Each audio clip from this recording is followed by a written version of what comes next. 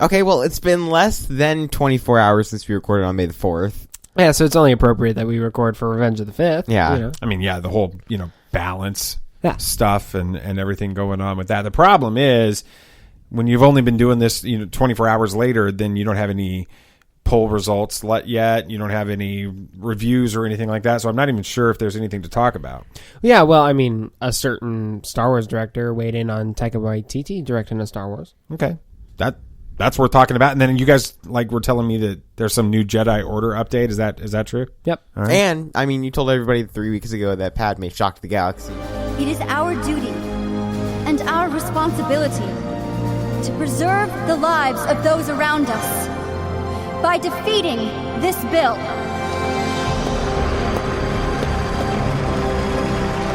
Well done. It's time for Tatooine Suns. True. All of it. What is the name of the porg on the Millennium Falcon? Force is strong in my family.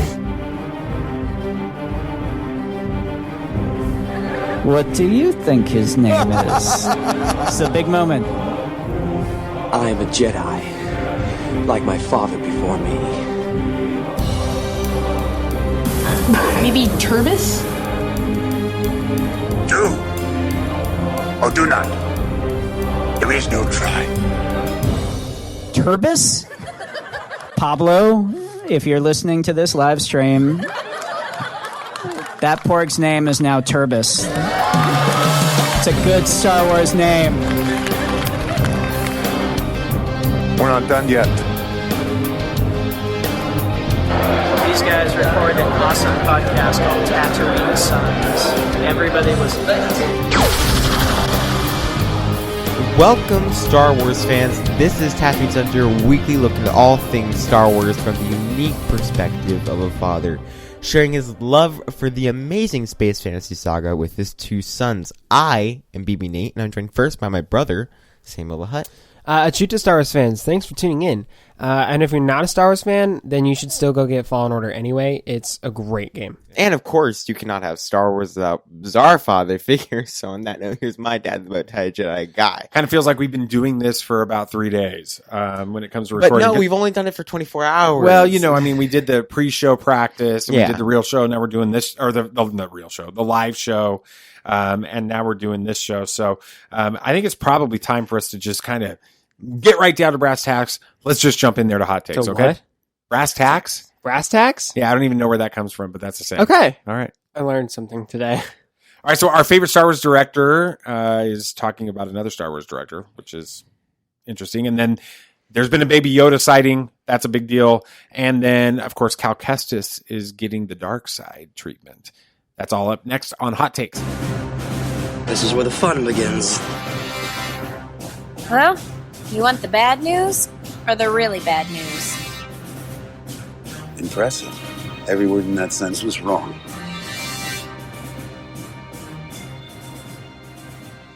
They need like a Bibbidi Bobbidi Boutique, but for adults, and it's Star Wars. I'm not an adult.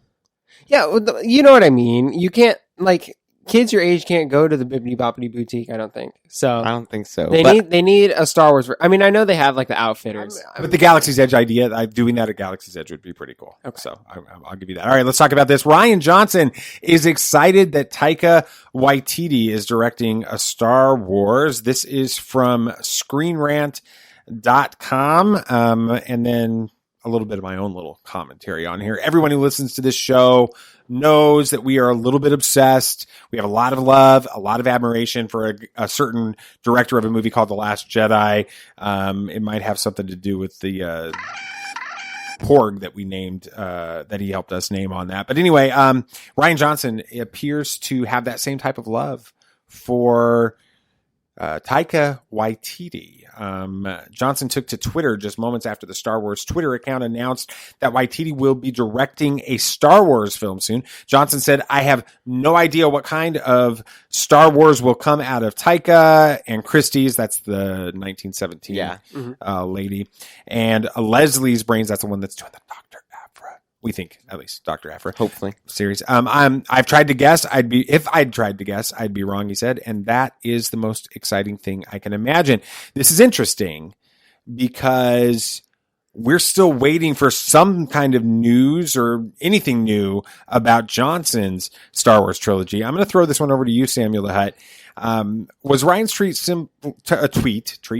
You might have treats too. Was Ryan's tweet simply just an attempt to squash the questions about his own trilogy, or is he really that pumped about Waititi directing in a galaxy far, far away?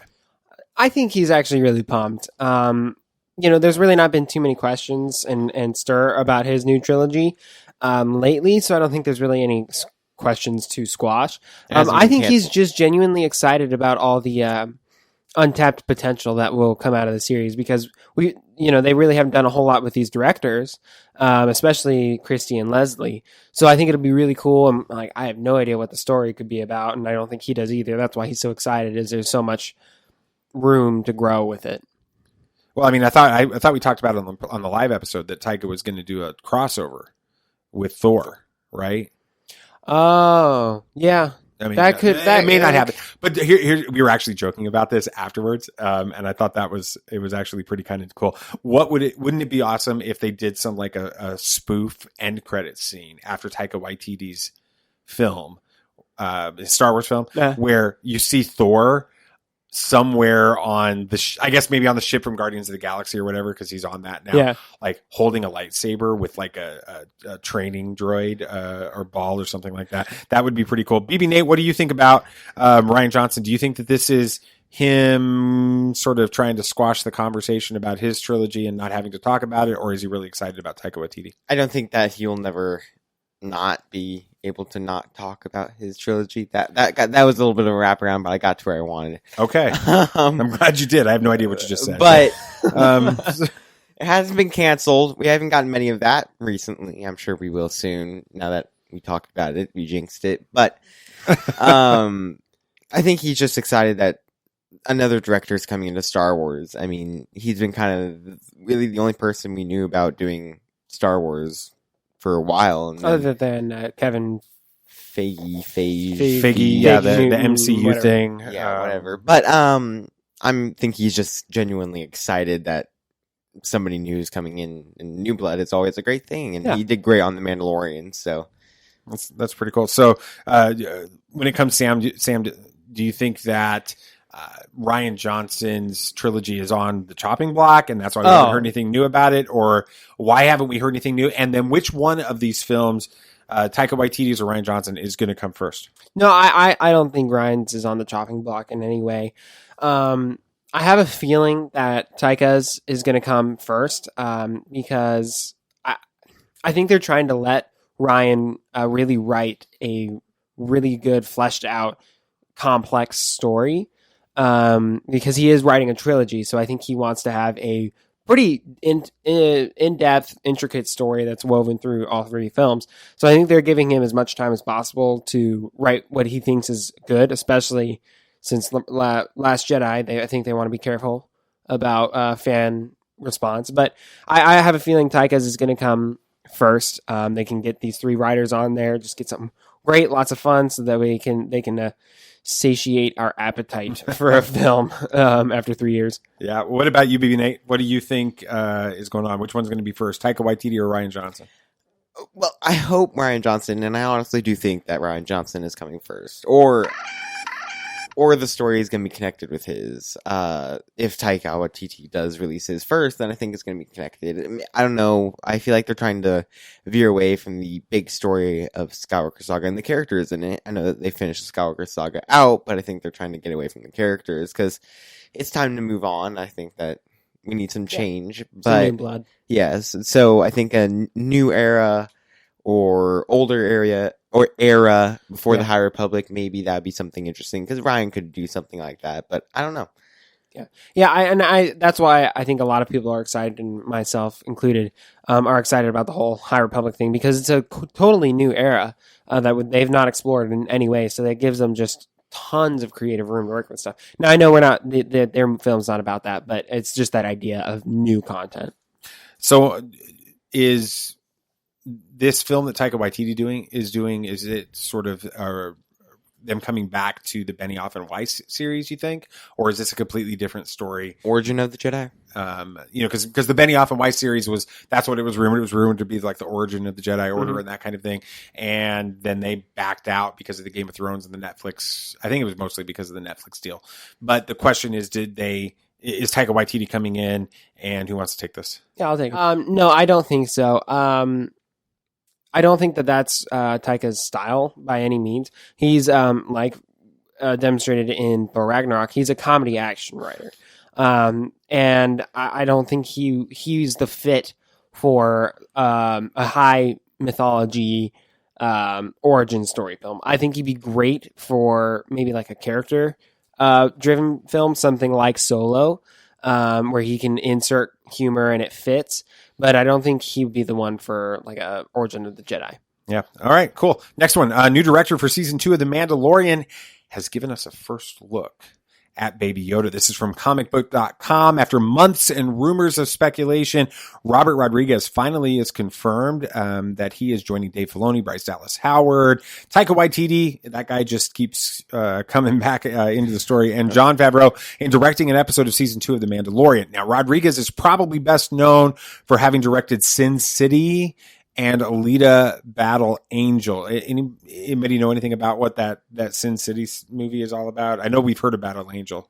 Well, Sin City is based off a comic by Frank Miller. So, really? And have you read any Frank Miller comics? Yes, I'm reading one right now. Actually. Which one are you reading right now? Dark Knight Returns. So that is he does Batman. Old Batman. Yeah, I just watched the movies on the drive up here from moving, so I'm like, might as well read the book as well. So very cool.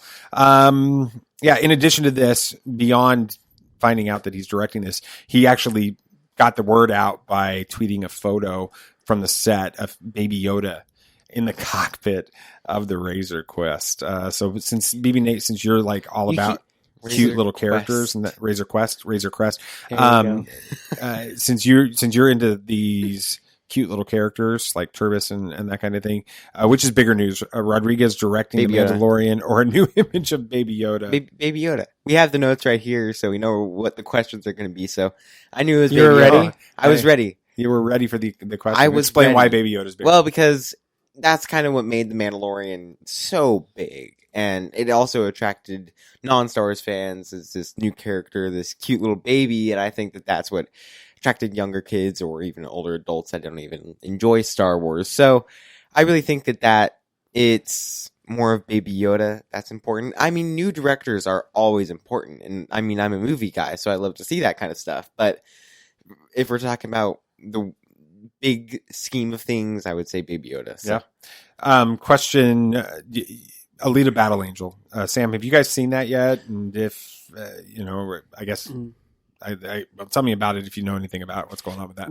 No, we haven't seen it. We saw plenty of trailers for it. I mean, they kept delaying the release for some reason. I don't remember why. But we saw plenty of trailers for it. Looked a little weird for us, honestly. I think it was based off of an old anime or something. So the character looked a little weird. Her eyes were really big. It was kind of off-putting for me at first. But it got really good reviews and stuff, like really highly praised. So I imagine Rodriguez knows what he's doing. Yeah, that's interesting. Now, BB Nate, you were telling us like we were getting ice cream before dinner tonight. Yeah. Or after, before dinner. No, that's after. Dessert comes before after. recording. Yeah, before recording. We were getting some ice cream, and you mentioned that there was more news that happened about directors. I saw what the director list was. Maybe this was fake, maybe not, but it seemed pretty real. We got a few other confirmed directors. Carl Weathers, which is pretty interesting. We have Rick Famuyiwa. That's Fumiyawa. He did some of the best episodes of season 1. He did. So and Peyton Reed. Who's Peyton Reed? Anybody? I have forget any what idea he who this did. guy is? I've heard his name many times. I just forget what he's done. Okay. So that's cool. Alrighty. All right. Last one here. A new update is dropped for Jedi Fallen Order. I know you guys are super excited about this one. Who wants to take it? Well, let me tell you what's going on. Polygon.com. The free update includes new cosmetics, combat challenges in arenas pulled from different areas in the game, and the ability to customize your own combat challenges. New cosmetic updates and things like that have been things like paint jobs for BD1. There's a red lightsaber and an Inquisitor's costume, which I'm curious to learn a little bit more about what's going on with that. New combat challenges against waves of enemies, replaying the story using all of the upgrades and why. So which one of you guys wants to go on this? Or is it worth downloading and why? Yeah, I mean, we've already downloaded it and started playing with it. I do want to correct one thing, though. You said you can replay the story with all upgrades earned. That's not entirely true. Really? You can replay the story with all your previous cosmetics earned, but your like actual lightsaber upgrades and force upgrades, you have to start from scratch with. Interesting. But it is really cool. It is a little jarring, which I would not recommend playing New Game Plus for your first game. Play regular before that, because it is a little jarring to play and watch the cutscenes while Cal's in an Inquisitor costume, and he's supposed to be a good guy rebuilding the Jedi Order. Well, now explain to me what's going on with this Inquisitor costume thing, because I have no idea. We're gonna breach into spoiler what's territory. going on here. Let's see if I can get this. Oh, I didn't really play. They were tried again. All right. Spoiler alert! I got it fixed ever since the last episode. So, all right, BB Nate, you got some spoilers you want to say, and explain the Inquisitor thing for the old guy over here. So you remember how your main goal is to find a holocron with a list of younglings or young force Is that sensitive. the main goal from the beginning? That is the main goal. Not a clue. Okay. And so you have this force vision where you're training the younglings, and then the Inquisitors find you, capture you, and repurpose you to be an Inquisitor, and you go and kill all the younglings. So that's kind of like it's very short. It's a very short little thing. I don't know why they decided it would be a great idea to put it in here. Because it looks awesome. I do not mind. But I also was playing through it today, and you can customize your own battle scenario where you're fighting specific enemies. And one of the enemies is the Inquisitor Cal, and he can learn from your own moves because he is you. I tried it, and that was the most difficult thing. So you're fighting yourself. Yes. That is He can cool. force freeze you and do the same stuff you can. So it's very difficult to So you fight have to him. think outside the box to be able to defeat yourself. That's pretty awesome. Well, who knows? I mean, the story's not over, is it? No. The situation. They can go further. Yeah. Okay. So And- hopefully we'll find out something about that coming very soon. So Yeah. very cool. Okay. We don't have poll results. No. Don't have reviews, which We you don't guys have need to reviews. get on that. I mean, it's been 24 hours, so we don't have poll results. So why don't we go ahead and talk about this week's main topic? We're going to talk about Padme. All right, she was the youngest queen in the history of Naboo, and then she later became one of the most influential members in the Galactic Senate. And while doing all of that, she actually managed to marry the chosen one. So you can't do all of that without turning some heads. And Padme Amidala is a lesson in conviction. Bulky religions and ancient weapons are no match for a good blaster at your side, kid.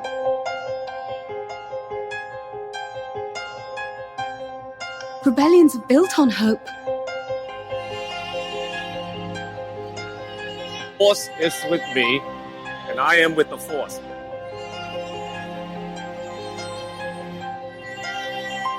If you live long enough, you see the same eyes in different people.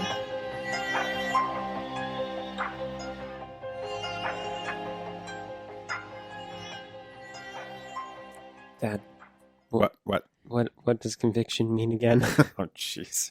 I'm an engineer, okay? Not an English student. Not an English near. I don't speak that. Yeah. So, conviction. Let's see. How do I communicate this? Conviction is You're convicted. You're convinced of something, not conviction like in the script, like the church thing. Conviction in like you're convinced of something. It's like in your heart. You're not. Yeah. You're committed to it 100%. Okay. You have conviction about that. That makes a lot more sense. Type of situation. All right. Let's do this. Let's talk about this. We are talking about characters and like their traits. Padme Amidala is a really fun one. We've each got our own little moment when she shocked the galaxy, and the theme is conviction or confidence is what we think we talked about before with it. So I'm going to hand it over to you. I think you're going to go first, BB Nate. What was your time that Padme shocked the galaxy? The vote of no confidence was a big one. I mean, her planet and her people were under siege. She was getting attacked. I mean, there were multiple things that were very, I would say, anxiety inducing for a 14-year-old, especially. Yeah. I couldn't do all. Yeah, of you're this. 14, so Could you imagine? She was 14 years old. That is insane. Well, It's not like- something I could do. But I mean, she demands the leader of the galaxy, the full galaxy, not just a little planet, a galaxy, to be removed from office. And even then, she's saving her planet. She's getting raided, and she's demanding that the leader of the galaxy is being removed from office. That's a lot. Like, could you imagine, like, put yourself in those shoes. You're 14, you become, or well, before you're 14, you become queen of a planet, or king in your case, right? And then your people are under siege. You're the leader. You're like, what are we supposed to do? You go to the leader of the entire galaxy, right? The free leader, the leader of the free worlds, and be like, yeah, no, this guy's not doing his job. Can you, like, kick him out of here? Like, could you imagine doing that? No. Yeah. I thought it was nerve-wracking enough to name a character. And then Yeah, you had a hard time speaking of Ben. Like, yeah, that now you were only 12 when that happened. That's true. So I guess 2 years makes a big difference. She was probably queen by the age of 12 in that. All right, it is interesting. She as a kid in this moment, we don't see her that way. We see her as these royal robes. And all of that, she looks like an functioning adult. like this queen. But the reality is she is a child. In this moment, and I'm sure she's still feeling all of the anxiety and all of, like you were saying, BB Nate, or all of the concern or the worry or the intimidation of standing in front of thousands of galactic senators, trying to convince them to aid her people, and then when they refuse to do it, she calls out all the corruption in the Senate and calls for the end of the chancellor, which is a system. It's not just the one individual chancellor that's the problem here. This is a system of corruption. We see it in Count Dooku Jedi Lost. We see it earlier in the Republic, in the Clone Wars. We see this. This is a system that's a problem, not just an individual person. Right. That. All right, Samuel the Hutt, give me yours. Talk about. Well, the whole returning to Naboo. I mean, right out when she learns that they're not going to do anything to help her people. Because, bureaucracy and politics, she's like, all right, well, I'm going to take matters into my own hands. So this 14-year-old grabs a blaster, flies over there, and is like, all right, we're going to figure out how to free my people and save my people, which in and of itself is pretty crazy. But what's even crazier is this blindsides Palpatine, because this is not in his plan at all. He wants her to stay back so that way he can take control of Naboo, so his plan works out. And then, like, the wild card she goes completely against the rules and is like, no, I need to save my people. This intense loyalty to her people throws off Palpatine's plan, which is pretty cool because it's not easy to throw off Palpatine. I mean, he's had this grand plan that's gone, throughout really all the Sith for thousands of years is finally coming to a culmination. And this one 14-year-old girl from some backwater planet is throwing a wrench in it. Like, that's impressive. It is. It's an interesting idea or moment in the entire story, because this is the only time, from at least my perspective, that Darth Sidious is ever thrown off of his game. Maybe the only other time that we see this is with Luke and Vader at the very end of Return of the Jedi, when he casts his saber exactly. aside. And so the reality is, this is, he's got this plan. This is a plan he's been working on for decades. This is a plan that he's been putting. He's Senator Palpatine. He's getting ready to become Chancellor Palpatine. Then he's going to become Emperor Palpatine, and beneath it all, he's Darth Sidious. He's the most evil Sith. He's the culmination of 1,000 years of the rule of two, 1,000 years of a plan that's been set in place, and now he's bringing it to fruition. Which is kind of, we were listening a little bit to Darth Plagueis on the way from Colorado as well, and there's this idea in this that they've been putting together this moment for 1,000 years, and Plagueis is getting ready to see it fulfilled, but Sidious comes in and steals the thunder at in this one. But the point I'm making is he's been putting this all together. He's been planning it all out, and then there's this moment that you're talking about. He's like, when Padme is like, "This is your arena. This isn't my arena. Yeah. I don't want to be involved in this anymore. I'm going to go back and I'm going to lead my people. You play politics while I lead the people." What did you think about that whole part of the story there, BB Nate, when she went back to Naboo? Well, again, she's only 14, and to run into a battle by itself is brave enough. And then, like, when you throw Palpatine off his game, I think we've only seen it 3 times. This, Luke, and the end of Rise of Skywalker. Okay, well, I'll give you that. Because that kind of threw him off there. But I think that she's not a Jedi. She has nothing to do with the Jedi, except she married the Chosen One. That's really it. And she's 14. I just cannot get over how she's just so young, and yet she's... In both of these stories, or these moments you guys are talking about, that's the case. Okay. Yeah, so it's just insane, and she goes to save her planet. It's easy to overlook that, because you said when she addresses the Senate, she's wearing, her robes and stuff, and you see her as just a fully grown adult. But so you lose the idea that she's just a child. Yeah, it's pretty awesome. All right, now mine might be a little bit controversial. It's not meant to be a pejorative against or a negative against the prequels. Yeah, it's another one of those words. It's not against the prequels, but it is sort of a situation that I think we need to address. She at the end of Revenge of the Sith, the end of the prequels, she dies because she's sad. Yeah, I mean, you said these were shocking moments. Didn't necessarily mean they were good. Yeah, I mean, it's a weird situation. It kind of feels to me, and it felt this way to some extent watching it originally in the theaters, that George Lucas just sort of was writing Revenge of the Sith and realized at some point that, she's dead. All right, she's gonna die because she's sad. I don't know. That's why. Yeah, I know what you mean. It just kind of felt like that, and it was a weird thing. What did you guys think about the way that Padme's story ends? Yeah, it does feel quite abrupt. I mean, I know she. Yeah, obviously she was force choked and stuff, but it doesn't seem like it was that bad. I guess I don't know. I've never been force choked, so I can't say. But, she was eventually fine. She woke up and was okay. And even the medical droid, though, says she was just fine. Yeah. So she just up and died for some reason. Like, there shouldn't have been any reason.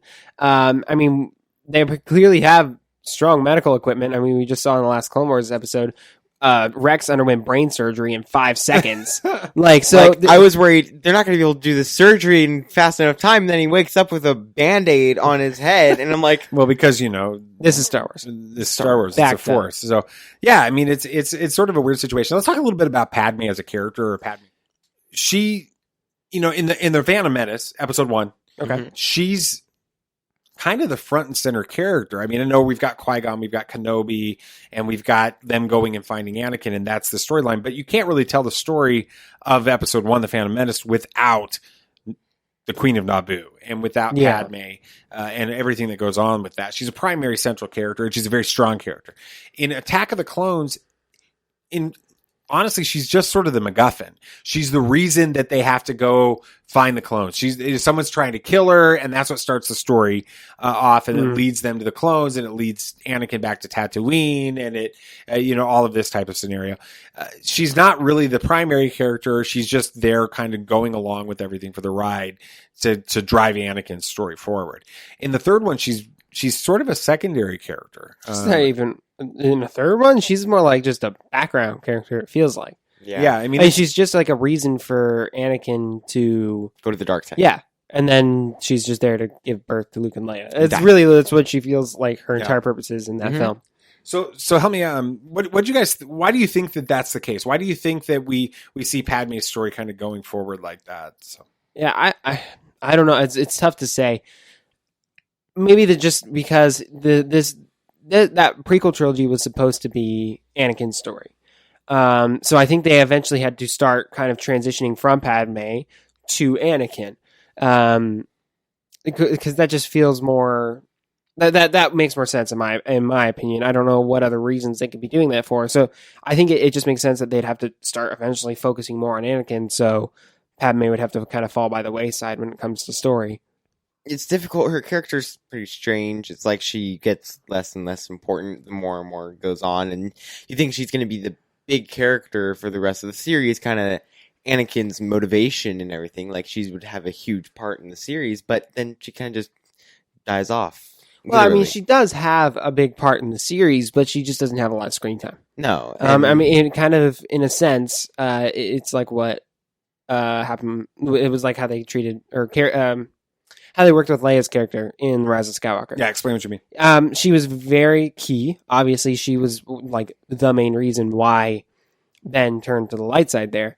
But she did have very little screen time.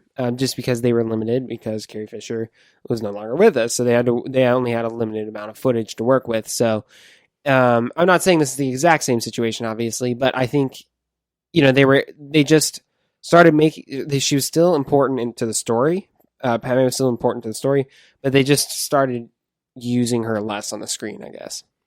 That's interesting. It's funny to think about what the rumors about why she's got so much less screen time in Revenge of the Sith is because she'd kind of become a diva, from what I understand. She was extremely difficult to work with. She didn't really want to be in that movie. She was frustrated about it. She didn't like her character anymore. And she kind of acted like she didn't want to be a part of it. So George was writing her out of the script as much as possible. Okay. Yeah, that makes sense. To keep it going forward. So much so that she hasn't been involved in anything Star Wars related really since then. She's never gone to a celebration. She's never done any of that kind of situation. So, she's missing out. Any final thoughts on Padme as a character or anything like that, BB Nate? Well, no, because I don't know much about her, and that's kind of the problem. We don't really know a ton about her, and so it's a difficult character to talk about her backstory. I haven't read Queen Shadow personally, but I just don't know a ton about her. Yeah. I mean, and there's another, E.K. Johnson's got another book coming out. Prequel. Not a prequel. It's a follow-up to Queen's Shadow. It's coming out this summer. I can't remember what it is. I read Queen's Shadow. It was a fantastic book. It's as much about Sabe, her body double, as it is about her. Sam, you were getting ready to say something? Oh, no. I mean, I just think, another, I guess, honorable mention when it comes to Shocking the Galaxy is she married the Chosen One and kept it secret for years. I think she tried. I think most of the clones and Ahsoka and even Obi-Wan knew by episode 3. It was the worst kept secret in the galaxy, I have a feeling. At least that's the way it's being put out as in the Clone Wars. Yeah, but I don't think we can overlook that either. Like, she married someone who's 5 years younger than her. That's true. And it gets a little creepy at that point. All right, so before we start making her a sort of a strange, older, weird person, which isn't the case. She was still a kid at the point. Let's go ahead and jump into this week's dad moment. History has been full of young women and young men like Padme. I mean, we've got Joan of Arc, who led a revolution and actually was executed before the age of 19. So, Samuel, I got a lot of work to do in like 2 weeks, 3 weeks to do it. And then you've got Anne Frank's diary that has inspired millions for 60 or 60 plus years, or 80 years, I guess, almost at this point. And then you have this guy, this kid named David, who, highest estimates are he's about 20 years old. He's probably younger than that when he slew a giant. And adults, we have a problem with believing that kids really can't do anything of significance. But the mythology of Padme Amidala reminds us that age, it really doesn't matter. Belief does, conviction does, faith does. When we stand by our convictions, when children who believe crazy things and accomplish amazing things. I'm sitting here right now, I'm thinking about kids that have raised hundreds of thousands of dollars for cancer research through lemonade stands because they believe that they can do that kind of stuff. You have, I know a guy, his name was Zach Hunter, and he literally put, as a 14-year-old kid, put coin jars in businesses raising money to end human trafficking, and raised hundreds of thousands of dollars when he was a child to end human trafficking. Kids, when they believe something is important and it can be done, they make it happen. And this is the kind of lessons that we get from Padme. When we decide that it's going to happen, as like Padme is, when we stand by our convictions, we stand by our beliefs, we can actually change the world, maybe change the galaxy. It reminds me of that Jewish rabbi from a couple thousand years ago that said that we, to enter into the kingdom of God, which the kingdom of God in scripture is this utopian, perfect restoration of what humanity was supposed to be like with it. For us to enter into the kingdom of God, we must become like a little child, is what that reminds me about. So, all right. So next week, we are going to talk about the ultimate Star Wars character. Any idea who it's going to be? Luke Skywalker. Yeah. We're going to talk about him, and it's kind of tie a little bit in to what we're talking about here. This week, we talked about conviction and belief. Next week, we're going to talk about how Luke Skywalker, is all about trusting the Force, believing the Force, and how you and I can trust the Force like Luke Skywalker. All right. Anything else that you guys want to talk about? Anything else? Yeah, so Anthony Daniels pays a virtual visit to Onslow students for May the 4th be with you. Aw. That would be pretty cool to see. He's a nice guy. That'd be awesome. Absolutely. And, I mean, the whole Poe Dameron Spice Runner thing that happened in Rise of Skywalker will be... You were a Spice Runner? Poe Dameron? You were a Spice Runner? Oh, are you repeating the line? Okay. I'm quoting here, okay? Yeah. Keep up. will be all resolved in a new book coming out. What the name is, I don't know. Yeah, I don't know it either, but Kevin Scott got a chance to read it on May the 4th. He tweeted out a photo of it.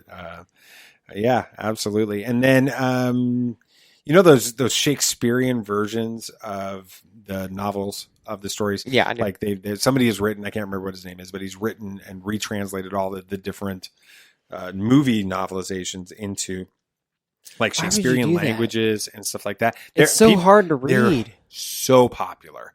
People love people love Shakespeare too, but I can't understand a word they're saying. Well, that's why you're going to build rocket ships instead. Yep. So anyway, he took A New Hope, the original Star Wars novel, and an entire cast of Shakespearean actors and a narrator and all of that got together on a giant Zoom call and recorded the entire novelization as a Shakespearean play, reading it. Say Shakespearean reading. I gotta watch this of that. So yeah, it's a pretty cool situation. All right, sounds like fun. It does. It was pretty awesome.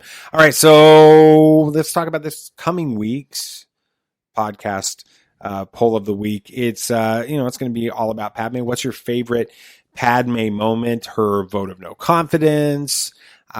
Truly, deeply.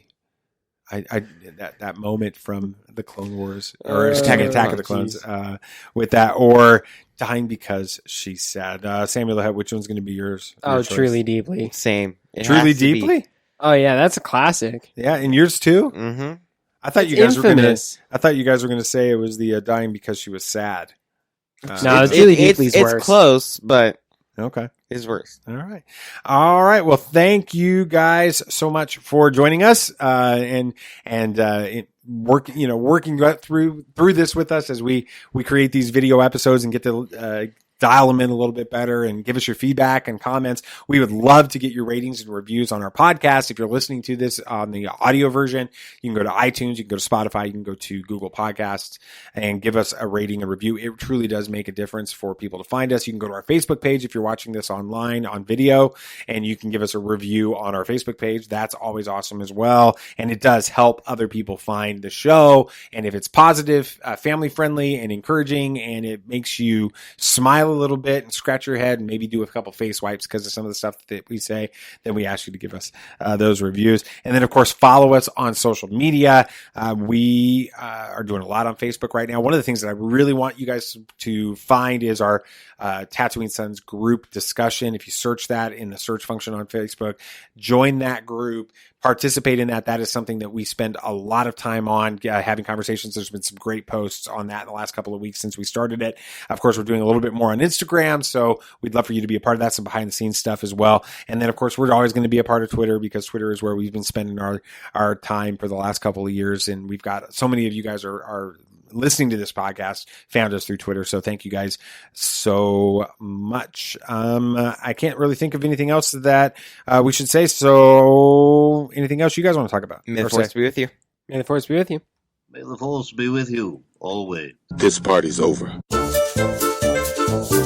I like that Wookiee. Don't get technical with me. Joy, please.